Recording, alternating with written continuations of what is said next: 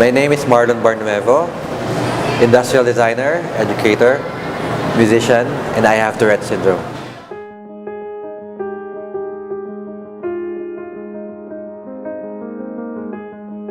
I received my first diagnosis of Tourette syndrome when I was in first year high school.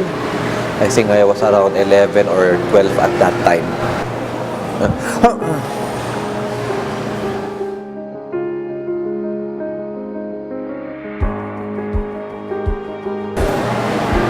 My very first take I can clearly remember was a motor tic, and that appeared when I was in grade 2 or grade 3. And I kept on doing this. I kept on touching my hair, my head. And then shortly after, just days after that, the classic tics, like mga eye blinking, mga facial tics, even head movements started to appear. And then months after that, that's when my vocal tics started to appear.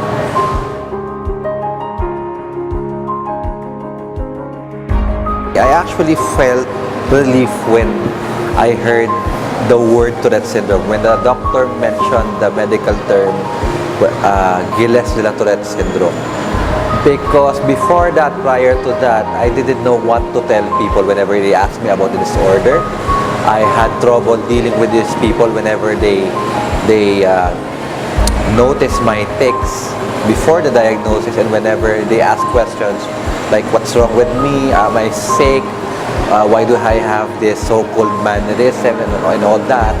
So that was the kind of relief that I felt when I heard that there is actually a term for this, a name for this disorders. So may masasagot na ako eh. Back in school, particularly in high school and elementary, it was tough. It was a very common scene for some of my classmates to see some of my classmates teasing me, making fun of me, imitating me, mimicking my movements, mimicking my vocal tics. It was a common scenario. There were, of course, some students who became my friends and were nice to me. I also encountered a few troubles in commuting. There are people, like for example in the jeepney or in the FX, who would stare at me, give me a nasty stare. There are people who would laugh right in front of me, people I don't know. So ganun yung scenario, no? Talagang maya mayroon tayong pagtatawanan ko, or at the very least, pag titingnan ka lang.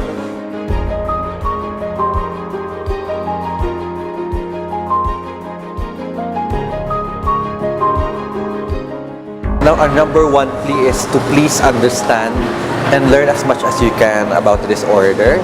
We are functional individuals. A lot of us have skills and talents that are the same, and capabilities that are the same as normal people, and we ask that you give us the equal opportunities. And number one talaga hinihiling namin is not to make fun of people with Tourette syndrome, because there is really a strong psychological impact to people with Tourette syndrome whenever we are ridiculed. To people, to Filipinos out there who have Tourette syndrome, we in the organization, especially us, who are from my generation in particular, have been through a lot. We've faced a lot of challenges, and most of us thankfully have overcome these challenges. And we are humbled in saying that we pray that our lives may inspire other Filipinos with TS. We do not promise, we never promise solving everyone's problem with regards to TS, but we hope that may other Filipinos see us as inspiring examples that it is possible to live a full life, to live a productive life, to live a life that allows every one of us, to contribute to the society, allows us to be good children, good parents, good workers, Yun.